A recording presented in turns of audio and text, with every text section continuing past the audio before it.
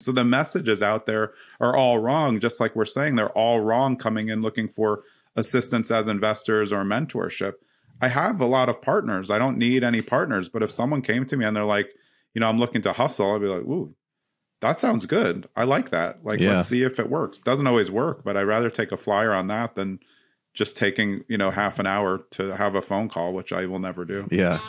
Listen, everybody, we all know that real estate is the most proven way to build wealth. But why isn't everyone wealthy from real estate then? It's hard to know where to start, and most of the education out there is just complete trash, and you end up investing your money on a series of courses instead of in real estate. That's not how this podcast works. We give you the blueprint to successful real estate investing and bring on guests actually willing to share their secrets. I started my real estate investing journey as a freshman in college when I bought my first duplex and have been in the trenches doing deals ever since. And today, I now own hundreds of millions of dollars of investment property. On this podcast, you will learn what you actually need to know to be a successful active or passive real estate investor. And we'll offer our takes on what's happening today so you can navigate this market and build wealth. I'm Drew Breneman, and this is the Breneman Blueprint. All right, welcome to the Breneman Blueprint. Got a great episode for you today. I'm joined by Jonathan Greene. He's a real estate investor for over 30 years, a broker. He's out there in New Jersey, doing really well, and had chatted with him about some things like around mindset and just kind of how he set up his companies, and it was very, very interesting. So instead of just diving deep on a phone call or something, I want to bring it to everybody on the podcast. So here we are. Welcome. Yeah, thanks, Drew, for having me. It's exciting to be here. Glad that we got to talk on my podcast, but glad to be here on yours as well. Yeah, and I think if you, your podcast is about real estate, but with the title, it's a lot around mindset. So maybe let's just, since you mentioned it, we could start with that off the top, if you want. Yeah, for sure. Yeah, my podcast is Zen and the Art of Real Estate Investing, and it's about the mindful approach to real estate. And I know that's going to be predominantly what we're talking about, but I think that my approach to real estate investing grew out of historical experience because of my background, but then I coupled it with what I was doing in my life, which was a commitment to mindfulness and practicing my own mindset to just make sure, I was making the best decisions. And I think that I really deep dove on personal growth probably only about 5 years ago, and I'm 52 now. So I did well over the years, but I think I was a little bit more quick to react to things, and having a mindful approach to real estate and real estate investing as a whole, I think creates a perspective that makes it much easier to walk away from deals, which I find to be the biggest power in the entire business of real estate investing. So how would you describe the word mindful then? Because I think maybe your average person, might not even be familiar with that. So let's just start at the basics. Yeah, sure. To me, it's like a hybrid of calmness and comfortability and confidence. I think that they all go together. I think by approaching everything and taking kind of a longer think on it instead of reacting instinctively or being reactive, especially in real estate investing, helps you evaluate fully. I also think the confidence part of mindfulness is really important. It provides a slowing down, but also I know I've taken the time to do the research or to make these decisions however I wanted to. So then when I come to a decision, there's never any waver. I've kind of always been like that. If I can make a decision, if someone asks me a question, I will always have an answer unless I absolutely have no idea. And okay if I get that wrong. That's okay, but that's also part of being mindful. I need to be strong enough to make the decision. And then if someone can prove to me that that was the wrong decision, I'm happy to turn courses and do what's best for everybody involved. But yeah, calmness, comfortability, confidence really, I think, go together in mindfulness for me, slowing down. That's interesting. Yeah, because I know one thing that I've always kind of thought I had as a personal advantage was just sort of my mindset, and that's why I wanted to get into this, where oftentimes people ask how did you do that, or what made you think you could do it? And sometimes usually the answer is as simple as the other people are doing it too. I thought I could do it. It wasn't too. And so that, so it's interesting you bring up confidence, because I think I never had a irrational amount of confidence. My first property, it wasn't 100 unit, it was a 2 unit, but I figured, a lot of people buy houses, buying a 2 unit seems like something you could do. So yeah, that, maybe well, I guess we should talk about what you do in the real estate space too. I think maybe before we just keep going on mindsets, people know kind of what you do. You're not just a thought guru. For sure. So yeah, no, I mean, I've been investing my whole life. I learned it from my dad. So I was 5 years old. I was looking at foreclosures, climbing through the windows, and learning everything I could from my dad, even before I knew I was learning it. Over the years, I stayed active in investing. My sister and I had a bunch of properties that were held by my dad, and when he passed away, they passed to us, and we managed them for a number of years. We still have a few. But I've been active in flipping, investing in single family homes, Airbnbs well before Airbnb existed, when we were doing them on Vrbo, short-term rentals. So I've pretty much done everything in the investing space. And about 10 years ago, I got my license. Since then, I've built 3 different teams, and I'm on my 3rd team now, which is, again, in the on-market world, is a more mindful approach to building a team, trying to coach agents to be the best in the business, which then relays to better service for buyers, sellers, and investors.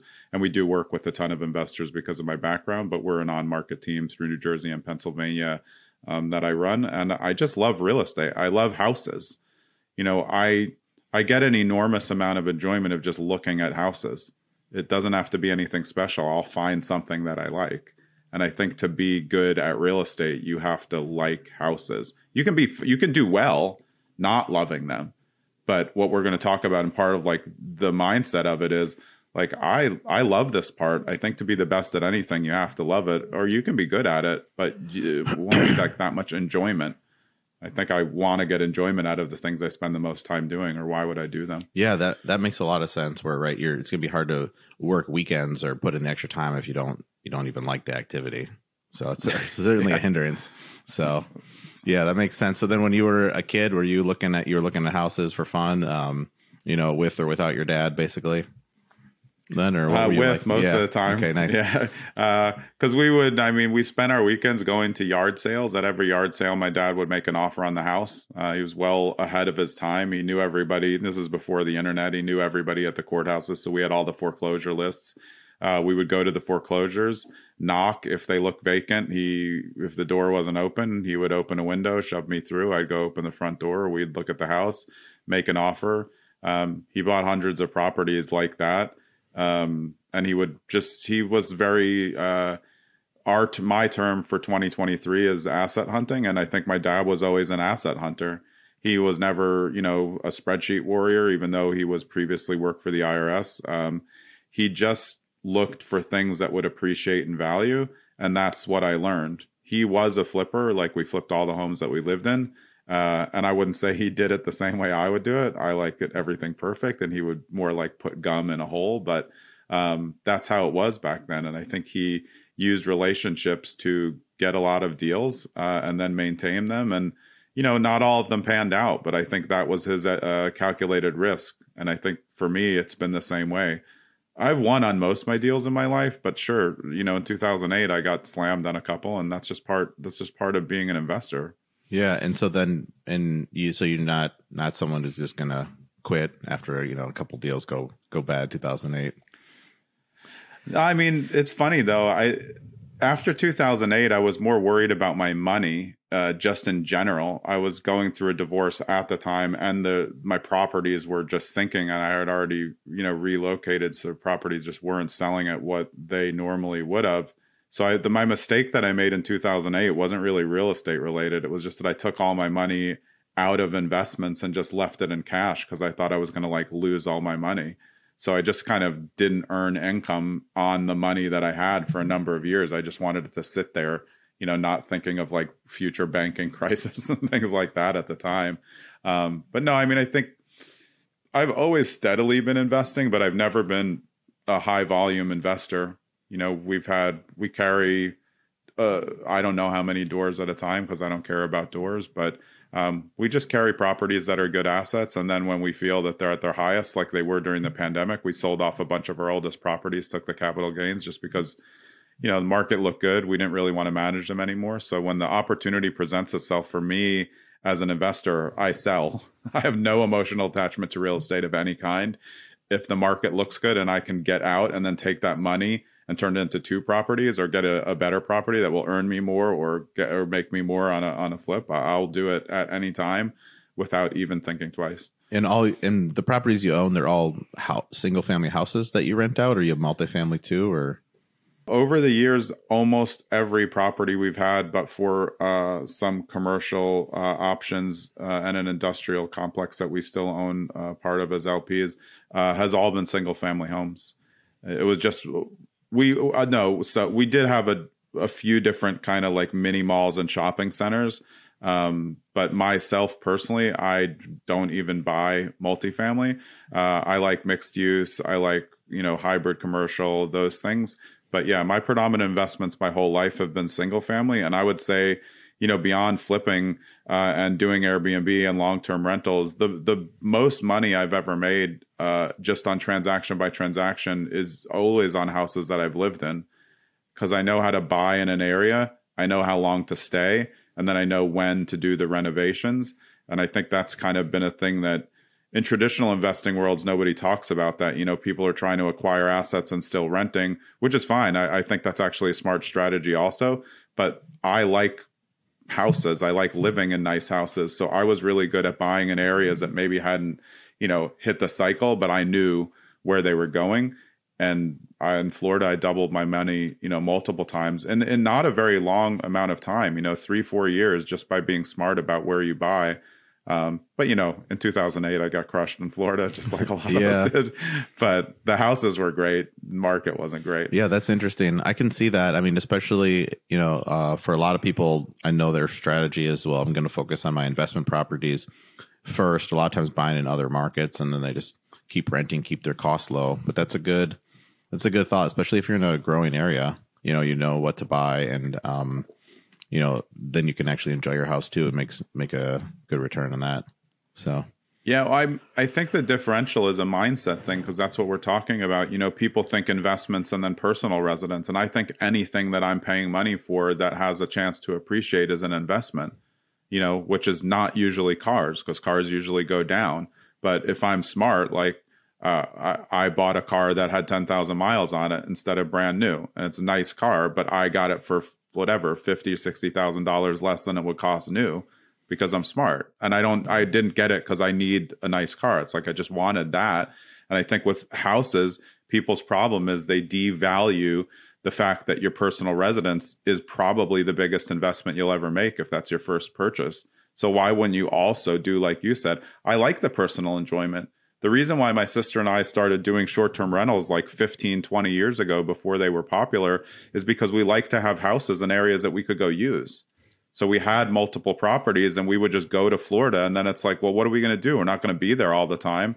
And it wasn't popular. It was more like timeshares and long-term rentals. And for some, we did long-term rentals. But before it was popular, we started to see Vrbo and HomeAway, and we were like, I think we can make more money. And we did great. We had two HomeAway Vrbos in the Hamptons that we did phenomenal on for years, because in vacation markets like that, you clean up during the summer, and then you just would long-term rent, long-term meaning like 6 to 8 months in the winter, and you're getting the best of all worlds. And then you can go use it whenever you want. Yeah. And that was in most of those years with those Hamptons rentals. Then how many months a year do you think you had it rented?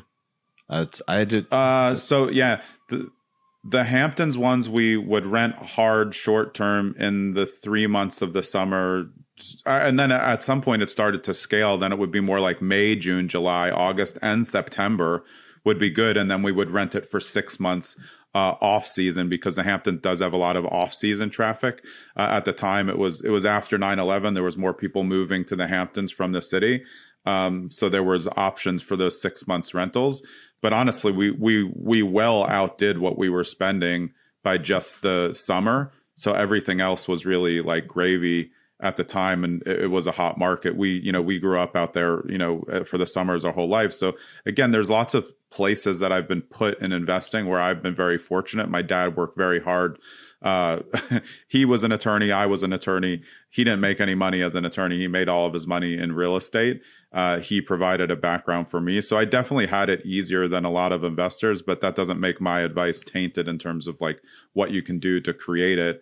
I think that I always treated it like that. I was appreciative and not like that. And I wanted to grow it. I think some people can take a box of, money or properties and just lose it or gamble it. And I learned from him not to do that. And that's why having real estate to me is so cool, because you can be fully diversified and just own real estate.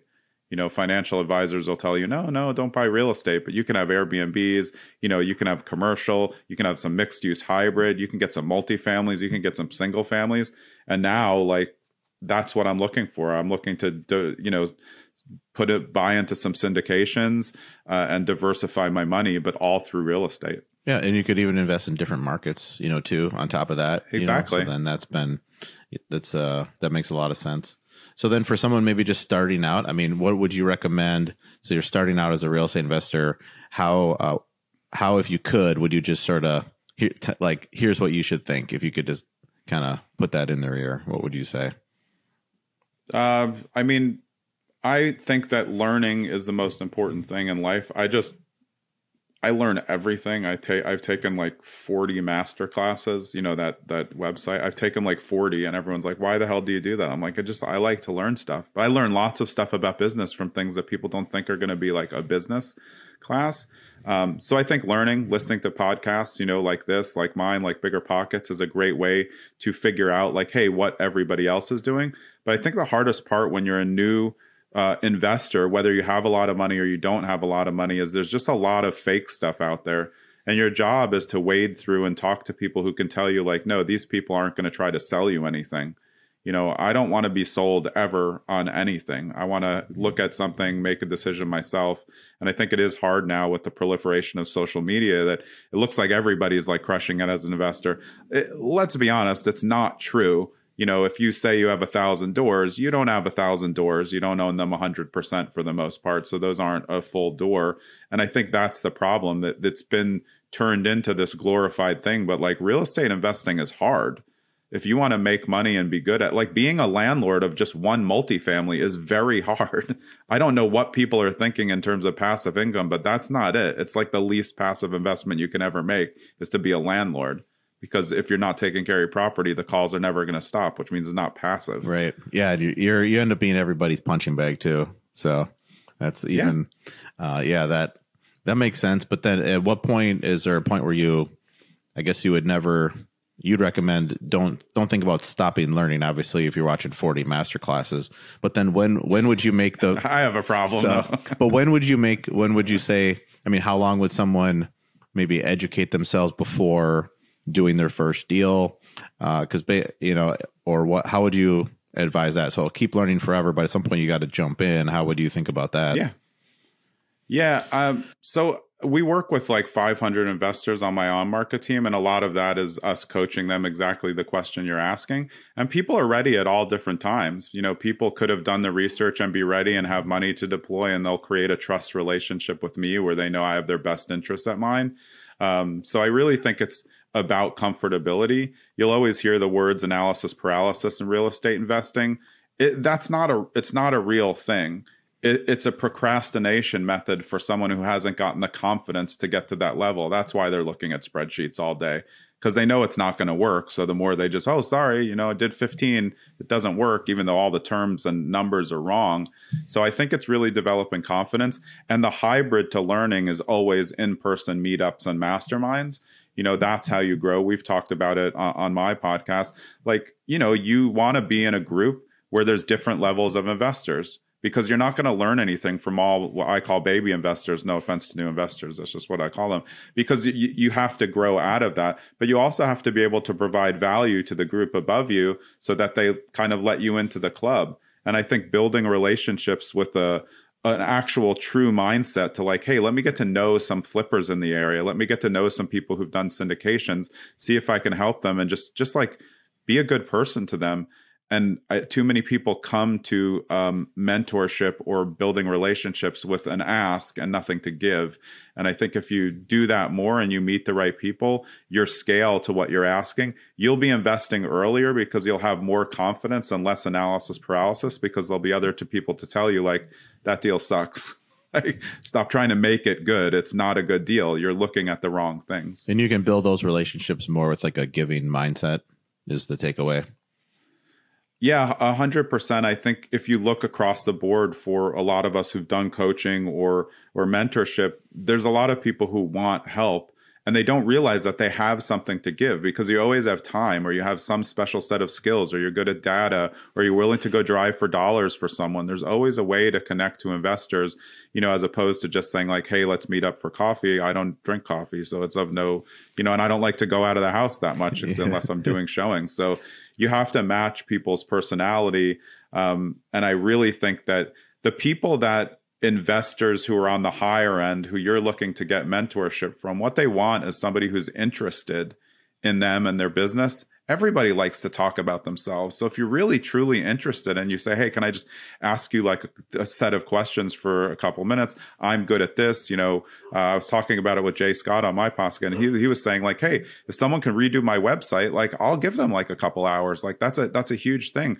And people devalue what their own personal resources are. Like if you're an HVAC technician or a contractor, you have something to add to an investor's business. You have to use that. And that's where the win-win comes in, where that's the more mindful approach, is like, hey, can we both benefit from this relationship instead of just one person on a hard ask and the other person on a deliverable? Yeah, no, that's great advice, because I've noticed that with a lot of people, where it's like they think they offer to like buy you lunch, they think that's like a good like thing in return. It's like, well, I can buy my own lunches at this point, where that's not as interesting. But yeah, to your point, if you especially these days, I like your HVAC idea. If you're at all in the construction or property management game, like I'm all ears if you want to help us out. So yeah.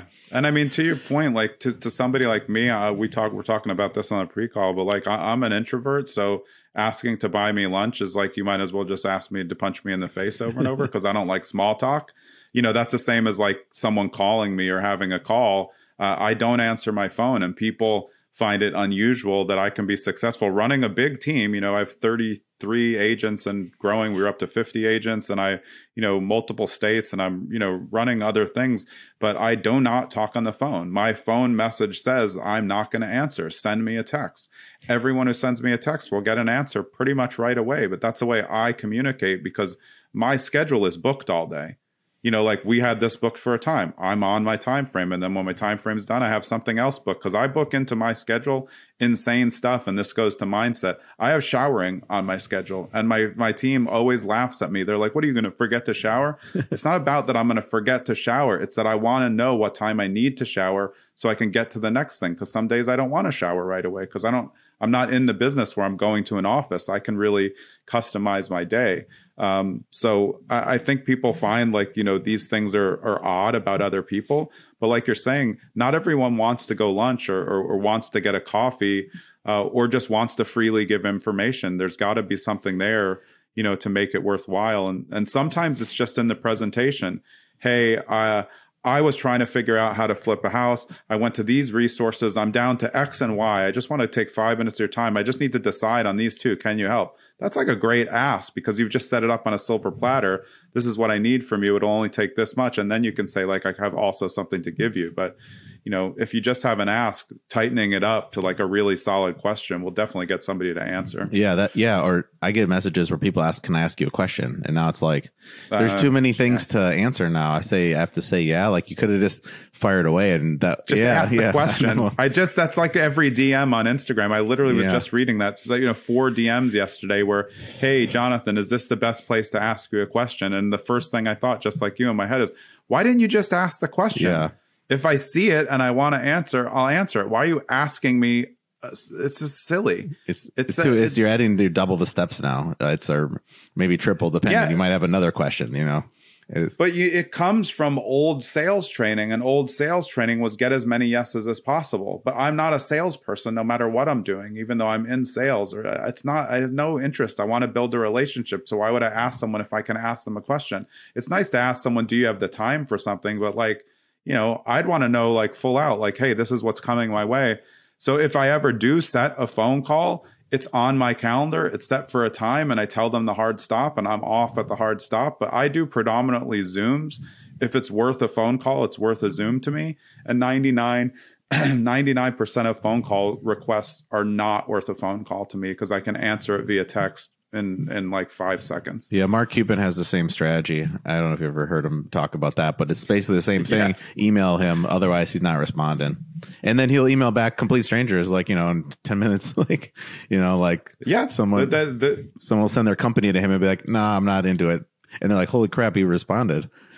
Tim Ferriss is the same way. He said it multiple times. He's like, if you send me a stupid email, someone's going to get in the middle and not read it. If you send me a well thought out email that has like a really tightened up question, he's probably going to look at it himself. And I think that people have been coached the wrong way, and social media and all of these things are turning people into all the same people with the same ass, and that we buy houses for cash. And it's just not, I just want to build relationships. Everyone would be better served and make more money and be happier by trying to build good relationships. But some people want, a quick fix. And that's why they get into these cycles of asking the same thing. It's the same thing. Can I buy you coffee? Well, I don't drink coffee. Yeah, or maybe you don't care about selling it for cash. Maybe you got lots of time and want the highest price, or wait. Exactly. I need you to wait. I don't care about a quick closing. Yeah. Yeah, but every bandit sign just says quick for cash. 90% of home sellers don't care if it's a cash buy. They have, like you said, another thing. They don't even know where they're going. What do they care about the cash? They've owned the house for 50 years. They're going to make plenty of money. The house is in, old people shape, which means mechanicals are good. It just hasn't been renovated. So they don't need cash. Right. It's not attractive to 90% of the things. So the messages out there are all wrong. Just like we're saying, they're all wrong coming in looking for assistance as investors or mentorship. I have a lot of partners. I don't need any partners. But if someone came to me and they're like, I'm looking to hustle, I'd be like, ooh, that sounds good. I like that. Let's see if it works. It doesn't always work, but I'd rather take a flyer on that than just taking, half an hour to have a phone call, which I will never do. Yeah, no, makes sense. And also like a showering tip, definitely during COVID, I tried to shower around lunchtime as like a break, because I just rolled out of bed, started working, and then I ate when I got hungry, and I showered almost as like a break. And I got a lot more, I actually got a lot more work done. No commute. And then you don't waste time prepping, use the prep time, getting ready for the day as a break of sorts, so that I kind of like that. So I don't think people take their schedule seriously. Like my calendar is booked morning to night. If I don't want to ever have to tell somebody I can't do something that I agreed to do. And I say no to almost everything.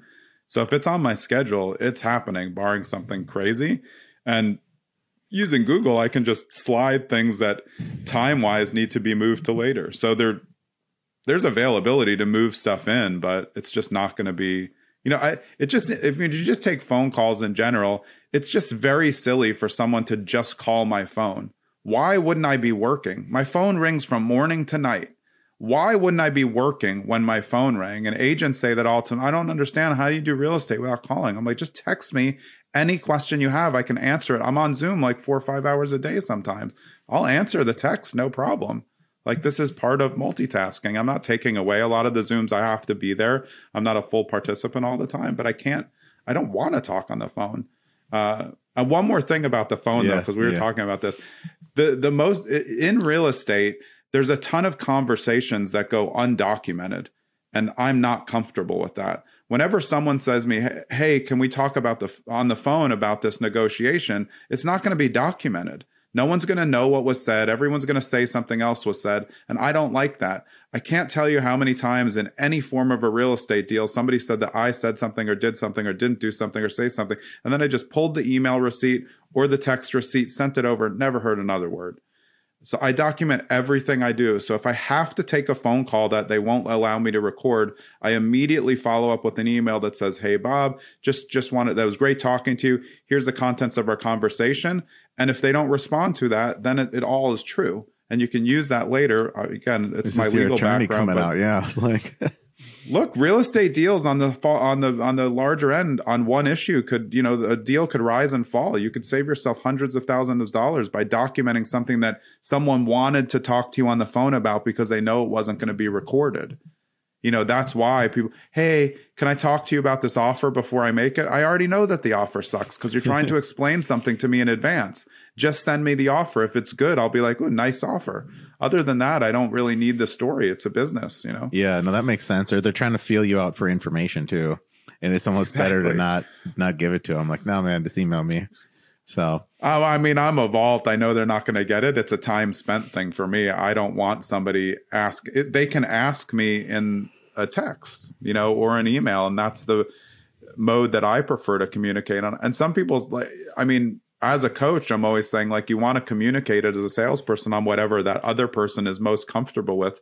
But even my clients who like the phone, I train them to like the text more because I'm more available by text. I'll get them all the answers they need in a quicker time, and they can look at it whenever they want instead of waiting. And they say, "Oh, I'd like to, can we have a call?" And I'm like, "Next call slot's, Thursday at 3." And they're like, "Okay, I'll text you." Yeah, that's what I do. And it works every time. You're training them. Yeah.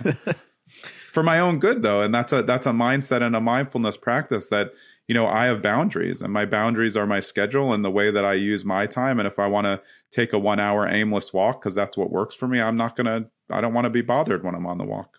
And then I guess I think you had mentioned you have 500 investor clients. So on the brokerage side, how did you build that up? I mean, that's a huge number. And I guess how did it start? How to get to 500?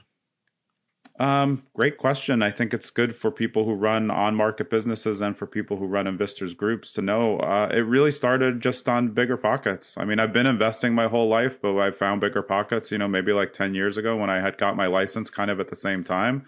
And I was just reading the forums and I was like, I know a lot of these answers. So I just started answering people's questions. So for probably 6 consecutive years, every day I would have on my schedule, Bigger Pockets time. I would go on there and I would just answer questions. I would look in newbie flippers, real estate investing, and I would just answer. I would make sure that I was on for 15 minutes and that I made 5 replies every day. And I never once, still to this day, have ever made an ask of anybody there. And that kind of mushroomed into, me doing more speaking or creating these 2 podcasts that I have. And then when I had the on-market team, just a lot of investors come to me because they know we understand small scale multi, large scale multi, commercial, just investment ideas, but it's not for everybody. And I think the reason why I was able to get so many contacts and build that group is because I will say no. And I will tell people that's a stupid deal or don't do that. Someone's trying to fleece you. They called me the deal killer in my early days because people would send me the deals and I would look at it in 2 seconds and be like, it's garbage. They're like, but the spreadsheet looks good. I'm like, I just pulled it up on Google Maps. You're like next to a train track. Have you even looked at Google Maps? Yeah. Oh, no, I didn't look at Google Maps. Well, out-of-state investing will kill you if you're not looking at Google Maps. Yeah, no kidding. Yeah, yeah, I know there was that's happened to me where if I look at the spreadsheet first, I'm like, this looks pretty good. Then you pull it up on the map, you're like, oh, geez, it's way by the dumpsters behind the shopping center. Next to a firehouse. Yeah, no. But that's a huge fail. And I think new investors, they're getting sold on, this, Midwest investments because the deals are good and the numbers do look good, but you need to do your due diligence. I mean, that's just practice. I don't even use spreadsheets. I mean, I use spreadsheets for every part of my life, but I don't use them for deals. I just use them for flips, and it's not to calculate my win in the beginning. It's just to keep track of what I'm doing. I know what I'm buying. I'm buying assets. If the asset is good, I'm not really, too worried about it. And again, though, I've been fortunate. I don't have to focus on cash flow. I like cash flow, but I like appreciation more because it's like a surprise. So then I did well as an investor. 2 years later, I get $200,000. Like, that sounds good to me. I can wait. And then for these deals, you're buying them with your own money solely, or yeah. Okay, because that's a luxury. That makes a lot of sense where it's your own money, so there's not anyone to send it to look at like how this will go. It's you're buying really sort of what a single family duplex would sell for in that area where the market is. It's a good relative buy, and then your thought is, I don't need a spreadsheet from here. It's a good price, and exactly. Yeah. I mean, and again, that's another thing. I mean, I appreciate, that I was fortunate enough. I was a cash investor for the first 30, some odd years of my life. After I got divorced, I still had an idea of what I could do with money. Most of the deals I've ever bought are just cash deals. And then I have an asset-based line of credit, which is not, I don't need collateral for it based on other holdings. And I can just deploy that. The rates are just too high now. And now with the way that my team runs, I can get regular mortgages for properties as well and just put 20, 30% down, reduce the rate. But like, I don't even own that many properties right now because I sold a bunch during the pandemic. And now it's kind of like, now's the time where I'm looking at the landscape and waiting to decide really how I want to deploy. And I think, at this age, 52, it's more attractive to me to, put some amount into a bunch of different syndications and then also do some one-offs. But I don't like being a landlord. So that's done. It's not interesting to me. And I don't need to hire property manage. I teach all of my, multifamily investors how to self-manage so they do, they save 10%, on that. Yeah. Yeah. It makes a lot of sense. I think for your strategy, if you're looking at syndications, a lot of them, they're so short term in nature where I'm not sure, like a lot of the rentals that you bought, how long have you hold them? Like on average, if you had to guess? There's properties we sold during the pandemic that we owned, as a family for 30 years, and they were solid assets. The industrial park that we own in Bridgehampton, my sister and I both own 10%, but it's a very big, high priced asset. It's too good of a property to ever let go of. We had a deal for someone to acquire it during the pandemic and it fell apart, but the payout was going to be great. And that was something that my dad bought with a bunch of partners, that was just like a weird part of Bridgehampton. And now it's like right next to the town. I mean, the value on it's crazy. And I think I learned that from him is patience, even when I'm flipping, flipping is a short-term mechanism for, income acquisition, but things go wrong all the time. And people who aren't savvy will rush to get to the finish, make bad decisions, put out a crappy product. I had a flip that took 22 months because of fights I had with the town.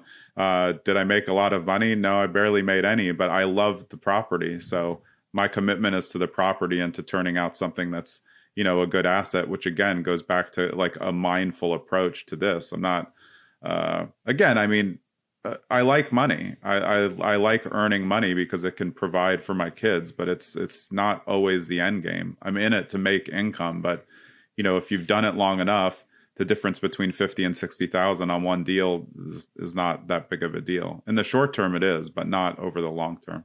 But that's pretty profound though too, that statement where oftentimes people ask about like how stressed I am, and it surprises them that I'm usually not stressed, which would surprise people because like I talked to, let's say, my dad, and he was a shop teacher, and so he asked a lot of like maintenance related questions where like I'll buy like 100-unit deal and he'll be like, how many toilets are there? Like, that's like a lot of problems, right? And like, that's a good question, I'm like, well, you know what? I don't fix the toilets though. See, like he's in that mindset. Like he knows how to do all that, and he would end up doing it himself. And kind of like he would have bought one rental and then would have done everything for it and kind of been like, oh, this is like enough work. I think I'm good.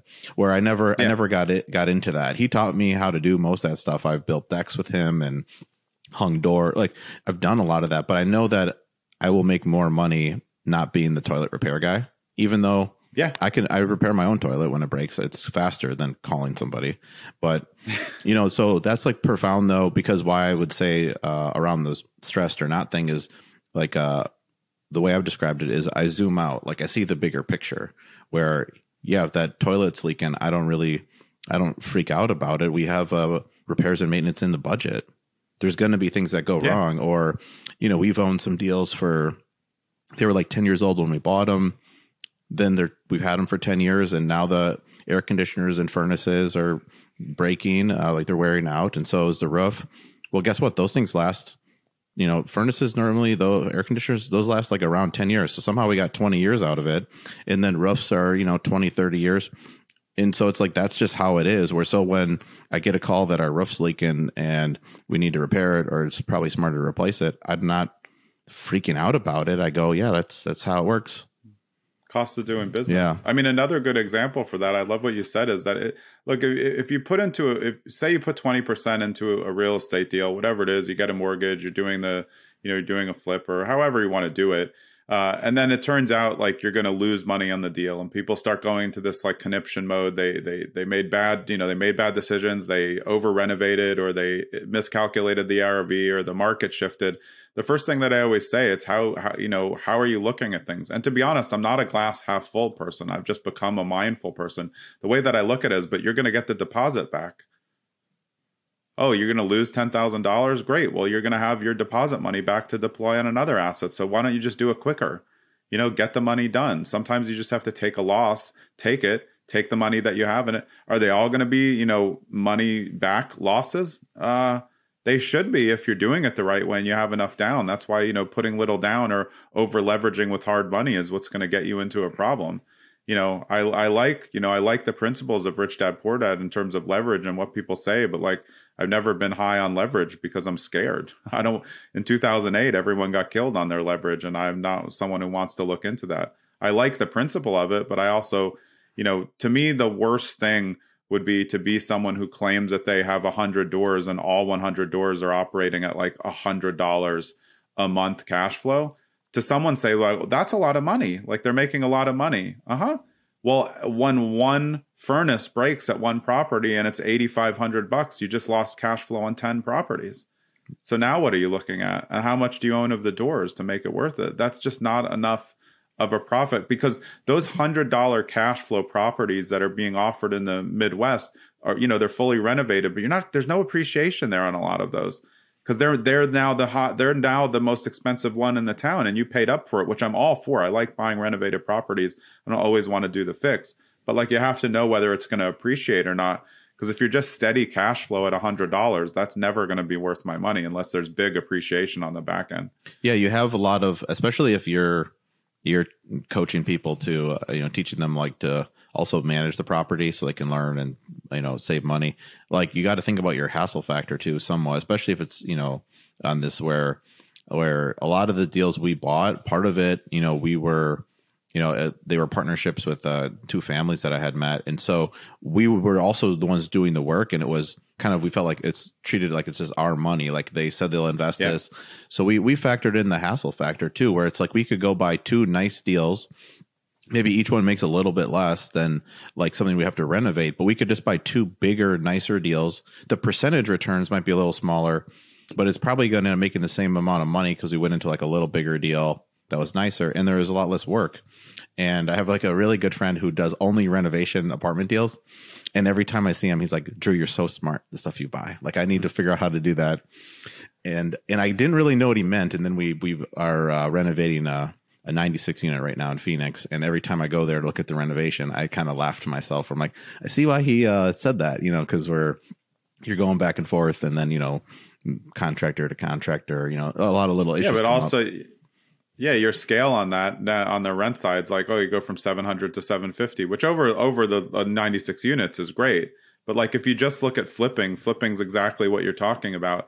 If you flip in, like, at least in my area, we used to flip in like a 300K buy-in, and you'd put in 60 in renovation and you'd make 60, you'd sell for around 420.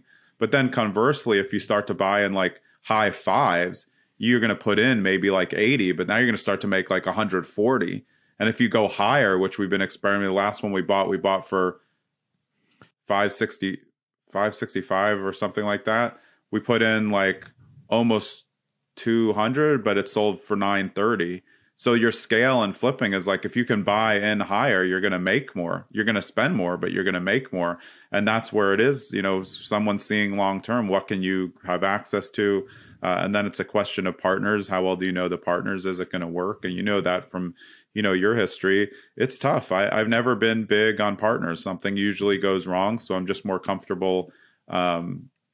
I think that no two partners have the same risk tolerance ever. Exactly. So for me, my risk tolerance, I just want to be responsible for myself. If I mess up, I can handle it on myself, but I don't want to mess up for someone else. And that's why being an agent is so important to me.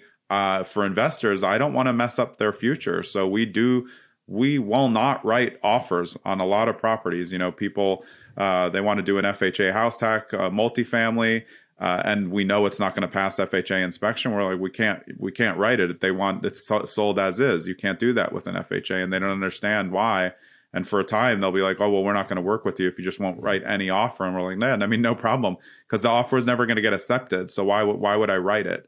It doesn't help us. It doesn't help you. We have to look for properties that match what your funding cycle looks like and what's going to be a good buy for you. If you're buying with FHA purposefully and you only want to put that much money down, 3.5%, you don't want to spend a ton in repairs right away. If not, then get a 203K loan. That's different. Then you factor the renovation in.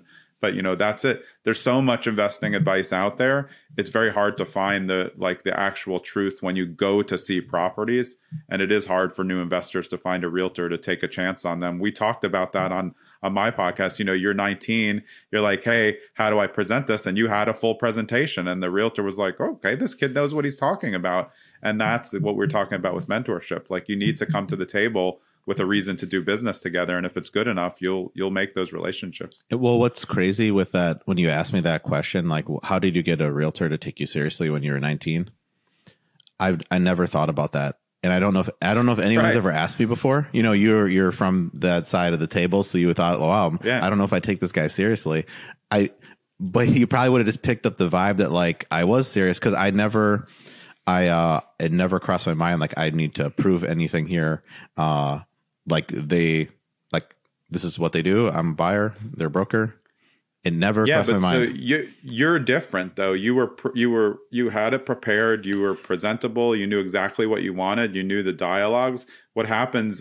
There's a million quasi investors out there, and they'll come to us and say like, well, I want to write 10 offers a week, and just all low balls. I said, I mean, why would I do that? That's a horrendous use of my time. You want me to write out? You want me to take my time, which is unaccounted for because we only get paid at closing, and write 100 offers for you to win one? I'm just not going to do that. And that's not what agents who are in the business do. They just want people who are ready to grow. You're a perfect example though. If I see someone who's young, and I have lots of young investors, and now we're at 2, 3, 4 properties, 8 doors, I know in my first conversation whether they're take it serious. Are they prepared for the conversation? You were prepared for the conversation with the realtor. Realtor's probably like, okay. And smart realtors have investors as clients because they can do multiple deals a year. Home buyers do one deal every 10 years. I mean, investors are way better clients for real estate investors, but they also know 100 agents. So unless you can provide something better, an investor's always going to be looking for a better deal or better cut on their flip. Yeah, but I swear I'd never thought of that in all those years until you asked me, and I was like, I don't know, I must have just kind of felt it. Like, it's got they knew I was serious. But that's kind of the right just to kind of in terms of where my mindset was at the time. I wasn't I definitely wasn't overconfident, like, oh yeah, I just can buy anything, I'll crush it. But I wasn't like, I guess, insecure about it. Like, oh, hey, I'm a teenager still, and I this or that. It was just like, I have the money, I want to buy a place, let's do it. Wasn't not overthinking it. You built a business as a teenager, by selling things. So you kind of had the right mindset to go in. And I think like every conversation or relationship build is always, again, it's based on the relationship. And I've studied NLP. I know as a coach what to look for, and I can interpret what people are saying without them having to say all the words. So exactly like you're saying, you probably presented as somebody who had their crap together, and I think that everybody wants that. And I like people who are open to coaching. But yeah, at some point you want everyone to be able to pull the trigger. But on the agent side, you have to help them and be an advisor to help them to pull the trigger, not just show them any property so they buy it. That's not going to help them long term. You don't want them buying bad investments, and you're not going to have return clients. The best thing about investors is they could be your client for 20 years if you do them right every time. Yeah, and keep buying deals. So I mean, the big takeaways I have, I mean, in terms of how you built your on market, client base, is actually really, it was showing up on Bigger Pockets every day, doing the same thing, being consistent with that. And then in-person events, those were the two.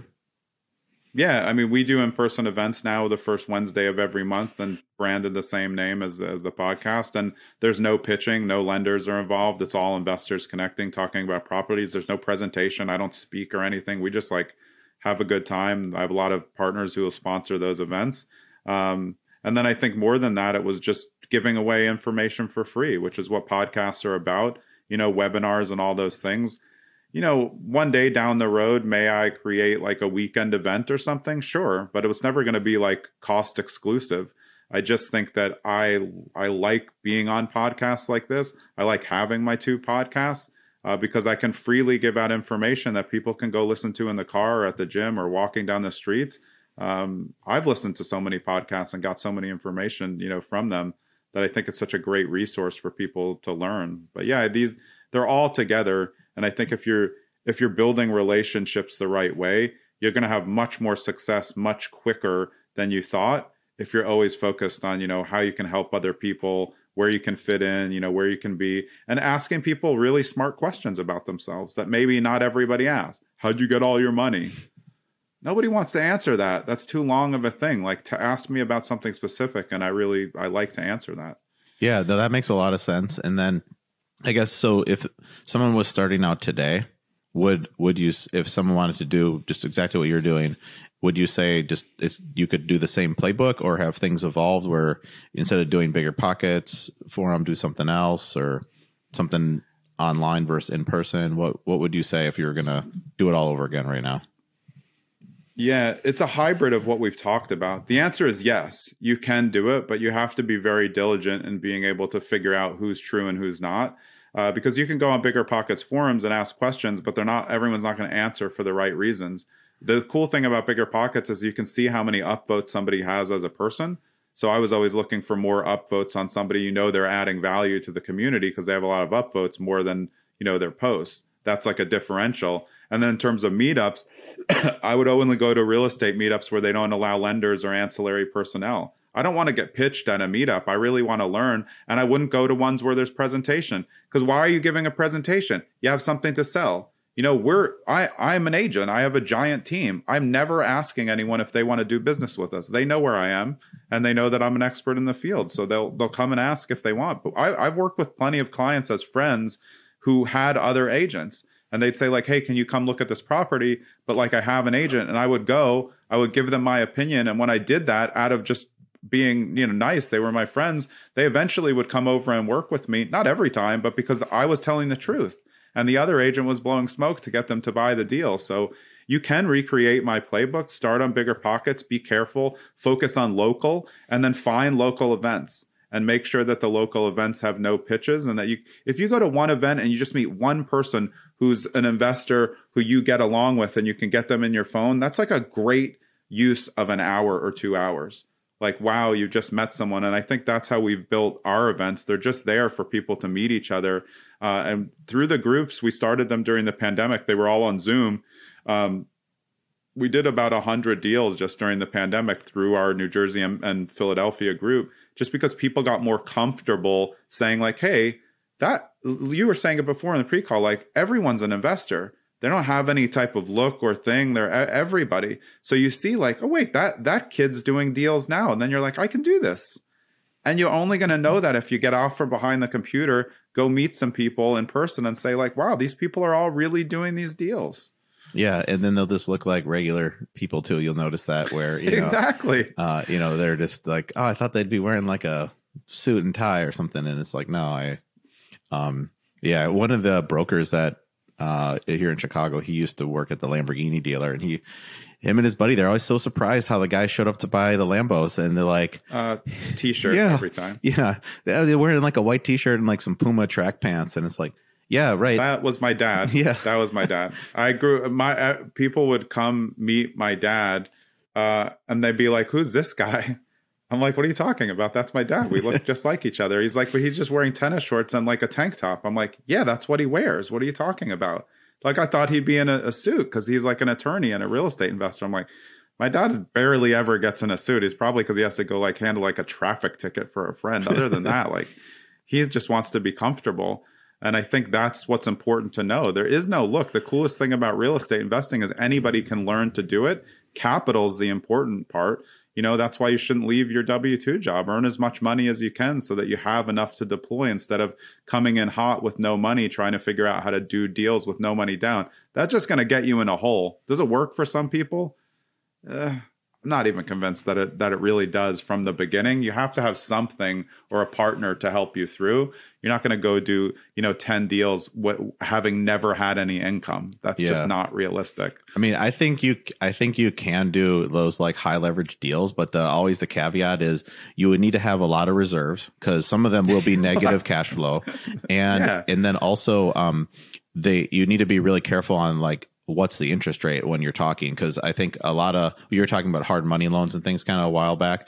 That's a totally different animal than that 3.5% down FHA program where you're just getting a normal first mortgage rate. So you're not, so like there's a lot of nuance there, but sure, if somebody could use the FHA program and have their neighbor lend them the 3.5%, you could make that work if you have other reserves. Odds are this thing's not going to cash flow at all for a while.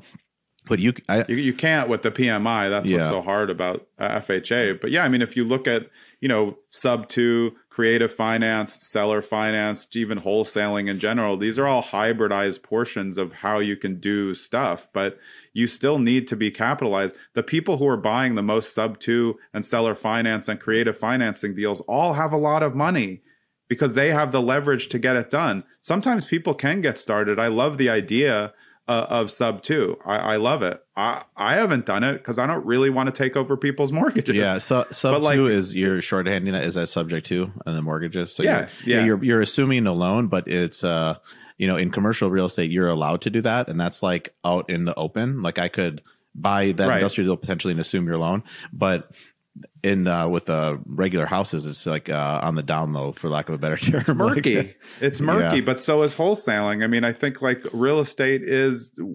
I've always tried to be transparent in everything that I do, and I think that's what helps me get deals and also blows up a lot of deals because I want to know the information. Like, just tell me if you have an oil tank. I don't. Why? Just like tell me. I just found it. Like we found it. Like you're gonna pretend like it's not there. Well, somebody's got to dig it out. It's gonna be you. Like it's just, it's the quick buck, thing. And that's why some people who try to get in with no money down are going to get themselves behind the 8 ball instead of like earning money, learning, finding partners. Just be a tiny participant in a deal and learn something. I think that's more attractive to me than, being brand new and calling to try to on 100 sub 2s a day, hoping that you can take over a mortgage when again, okay, well now you're in control of the property and now the furnace broke. Who's paying? You assume the mortgage. They're not paying for the new furnace. So like people forget that things inside houses are expensive. Furnaces, roofs, all these things, heating systems, everything. One water leak when you're not paying attention, that could cost you $20,000. So, what do you do then? Those are the ones that all come up on wholesale because somebody got messed up. Yeah. I had an episode on how to do your first deal, and that was like step 1 is you need to get some money. This is called real estate investing. You need money to invest. Exactly. And then you'll hear look up the definition of investing. It's because you have capital to invest. Can you invest your time? Sure, but not a lot of people are going to give you an asset for your time. Yeah, and then wholesaling. I mean, that's cool, but that's essentially like a job. You find it and then you get a fee. That's that's not exactly investing either. Cool. Well, yeah, let's leave it there. How do people get in touch with you? Where do they go? How does that work? Well, given what I've said, I'm very hard to get in touch with. The best way to get in touch with me, I always look in my DMs on Instagram, which is Trust Greene with an E at the end. And I wade through them. I even look through the ones that get siphoned off to just see if someone was making like a real ask in there. And then if they want to email me, they can email my team success manager, Crystal, at info@streamlined.properties. And then she wades through my email again. And, this is what we're talking about is mindful practice. And I think some people, want direct access. Some people give out their phone numbers. I'm never going to answer the phone. And I get 10,000 texts a day. I like spam and everything. And I'm easy to reach. I think just by thoughtful communication, I will respond. And DMs is a great way. I contact a lot of people via DMs, other investors, real estate personnel. And I think like that's kind of the modern way. But yeah, if you're looking for me, you can find me on Instagram at Trust Greene. The podcast is Zen and the Art of Real Estate Investing. And the new one is The Art of Agency, a launchpad for realtors. I'm pretty easy to find on social, TikTok. I have a big YouTube channel as well with a bunch of videos that are there for real estate investors and real estate personnel to help. But thanks for having me on, Drew. I really appreciate it. This is a good one. And I mean, most people, they're not talking so much about mindset. I think I said that at the outset, but it's, it's more about like just the exact tactics or a lot of just like pump up stuff like you should do it, it's great, like you'll make a lot of money, cash flow, and there's like a lot of buzzwords, appreciation, tax breaks, 1031, or they're just, but you're not really, how do you think about that, how do you do it? And so this was a good one to think about, because you were saying a lot of the same things that I've said, where you want to zoom out, think long term, have like, understand what's important to you, where and what works for you, what doesn't, and then it's okay walking away from a deal if it doesn't meet that, for example. That's your power in real estate. Your power isn't all the money that you have, because other people have the same amount of money or more all the time. Your power is the ability to walk away and say, you know what, I'm good. You want to go up $1,000, I'm going down $1,000. That's how I negotiate. That when we have a deal and then they want to go up, I go down the same amount. And I'm not playing around. I'll lose the deal. I just don't care. There's houses everywhere. Sure, are there a lot that are not the market is not, full right now. We wish we had more properties for our buyers, but like there's literally houses everywhere, like in most places that we live, maybe more spread out in the Midwest. But like I live in the densest state in America, New Jersey. Like there's other things to buy. It's not the only house that needs a structural renovation. Like I'm good. I'll find something else. And I think it's important. But yeah, I mean, if you're trying to help people create this blueprint for, real estate investing, mindset is a really important part of it. You're always going to be second guessing your deals and worried the whole time. And people like you and I'm never worried, not because I like have no emotions, although I don't have that money. It's because I'm confident. I've done the research. I review everything. And then when I go to make a deal and I put the money down, I know that's the deal that I want, and if they try to mess around with it, I'm also happy to give it up. Yeah. No problem. Yeah. I mean, any negotiation, it's like whoever wants it the least is the winner. So, yeah. But last thing, I learned that, as a prosecutor. I was a prosecutor for 6 years in Florida, and negotiation, if you just listen to, Chris Voss, Never Split the Difference. Negotiation is tactics. And like you said, the less you want it, the more someone else is going to want it. So it's just about trying to figure out where the pain points are. But if you can create the ability in yourself to walk away from deals, you're much more powerful. They'll always go to another offer. It will always fail. And then they'll come back to you. Maybe not always, but that happens to me all the time. I tell them what's going to happen. You're going to try to sell this to a baby investor or a regular home buyer. They're going to realize it needs a structural renovation. You're going to come back to me. I'm just going to tell you right now, when you come back to me, my offer is going to be 10,000 less, and I don't want to hear anything else about it. And then they come back and they say they want the high offer. So I'm not doing it. Go try to get another offer. And I think that standing by your principles is maybe some people think it's jerky. I'm running a business. Yeah. I'm running a business. They may be emotional about it, but like I'm running a business. I'm an investor, and my job is to try to, make the most money, turn out the best product. So it's all part of it. But I think, again, going back to the thing, it's just a mindset of how you want to handle your own business as a person.